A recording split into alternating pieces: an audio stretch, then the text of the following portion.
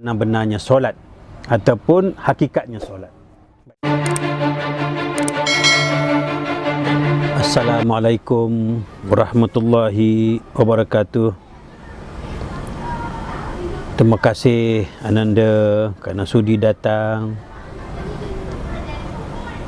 Adapun kedatangan Ananda itu, apa tujuannya?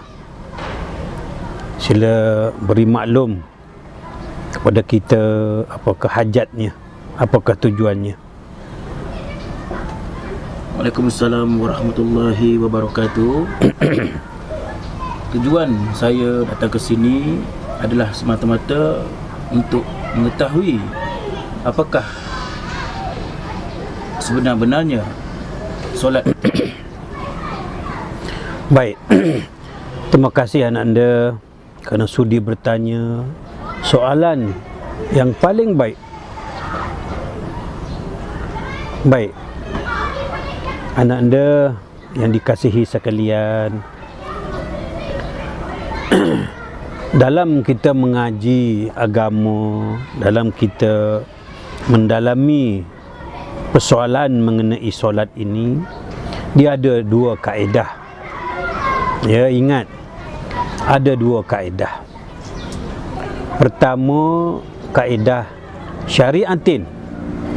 Yang keduanya, kaedah hakikatun. Jadi ayanda ingin mengetahui hajat manakah yang ananda hajati untuk mempelajari ilmu syariatin kah ataupun mempelajari ilmu hakikatun? Selama ini saya sudah sekian lama mempelajari ilmu syariatin. Pada hari ini inginlah saya mengetahui ilmu hakikatun. Baik. Dengar baik-baik anandaku. Di dalam agama Islam ini, sebagaimana yang selalu kita dengar, ilmunya ada 4 peringkat. Pertamanya syariat, keduanya taurikat, ketiganya hakikat, keempatnya makrifat.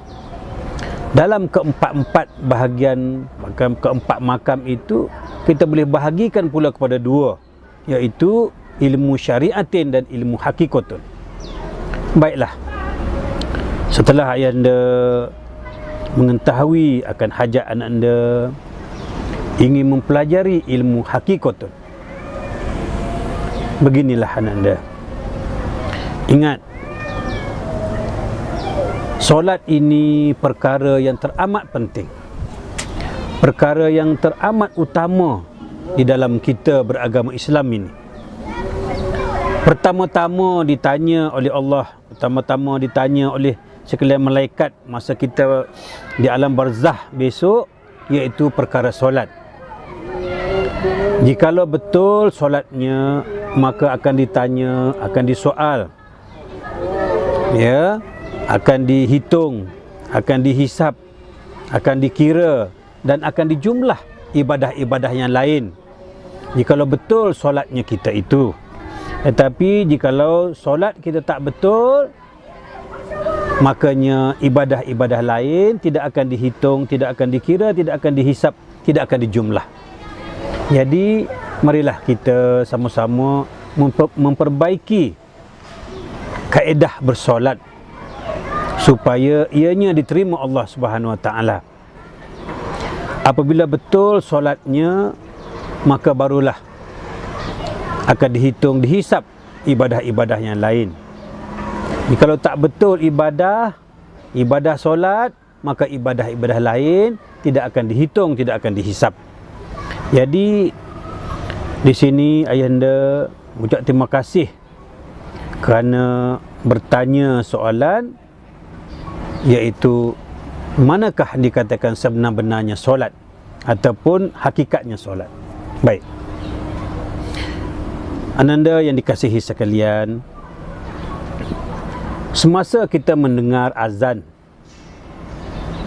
Allahu Akbar, Allahu Akbar, Asyhadu an la ilaha illallah wa asyhadu anna Muhammadar Rasulullah. Hayya 'alal solah. Apabila kita dengar hayya 'alal solah, apa selalu kita jawab?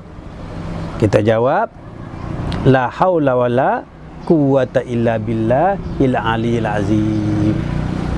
Ingat, ini kaedah kita mempelajari ilmu hakikatnya solat. Apabila kita dengar, marilah kita mendirikan solat semasa azan. Apa kita jawab? Kita jawab, kita tidak ada daya upaya. Ini asasnya untuk mempelajari hakikatnya solat.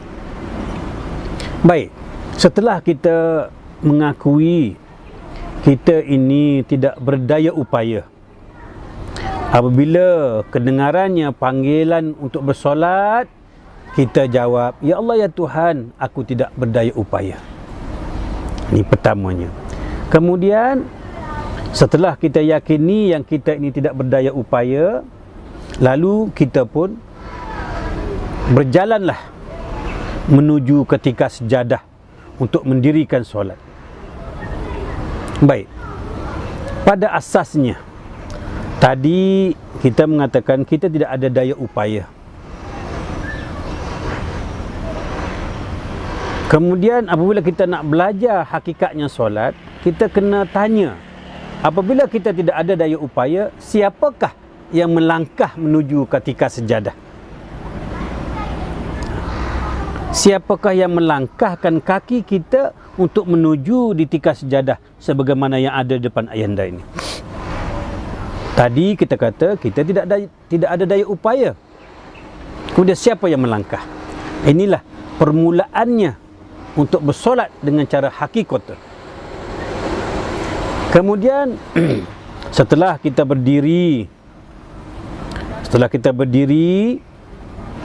ya, berdiri itu dikatakan berdiri qiyam. Berdiri qiyam maksudnya berdiri mati. Setelah kita melafazkan kita tidak ada daya upaya ya Allah untuk mendirikan solat, lalu kita berjalan menuju tika sejadah. Setelah kita berniat, kita berdiri qiyam.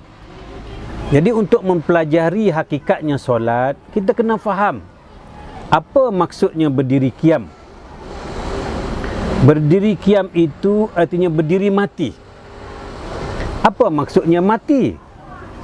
Maksud mati, jikalau ada kaki, kaki tidak boleh dipakai untuk berdiri. Maksud mati, jikalau ada tangan, tangan tidak boleh dipakai untuk bertakbir kerana kita ni mati. Ini cara kaedah untuk memahami hakikatnya solat. Kita kena mengaku bahawasanya kita tidak berdaya upaya. Kita sekarang ni sudah mati. Jikalau kita mati, siapa yang berdiri? Jikalau kita mati, siapa yang rukuk? Jikalau kita mati, siapa yang sujud? Muslimin anak anda yang dikasihi sekalian, semasa kita bersolat, ingat, untuk bersolat dengan makamnya hakikat, hendaklah terlebih dahulu kita mengetahui bahawasanya kita tidak berdaya upaya. Kita tidak berdaya upaya untuk berdiri. Itu dikatakan berdirinya qiyam. Berdiri qiyam maksudnya berdiri mati. Apabila kita berdiri mati, mana kemungkin kaki kita boleh berdiri kerana kaki kita sudah mati?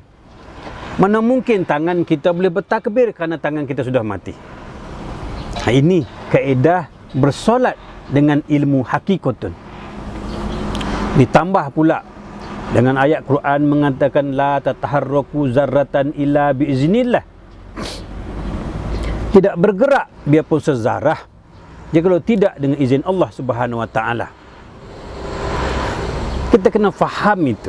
Bermaknanya untuk kita bersolat, kita tidak boleh menggunakan tenaga kita.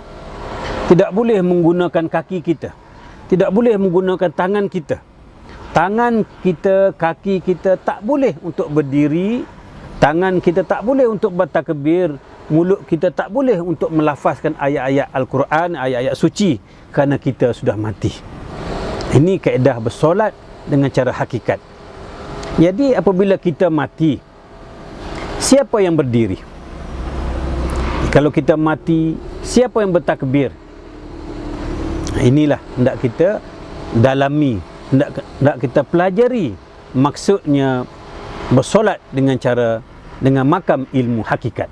Baik. Di sini anak anda, jikalau kita mengikut rukunnya sembahyang, rukun sembahyang itu adanya 13. Yang sebagaimana kita pelajari. Tetapi barang siapa ingin bersolat dengan makamnya hakikat, kena tahu hukumnya. Di sebalik rukun itu ada hukumnya. Ya, ingat, untuk bersolat dengan makamnya hakikat, untuk mengetahui hakikatnya solat, kita kena belajar hukumnya solat. Rukun ada 13, hukumnya ada 3. Barang siapa nak bersolat dengan solat hakikat, kena tahu hukumnya solat. Hukum solat itu ada 3 perkara, 3 tingkatan, 3 peringkat dan 3 makamnya.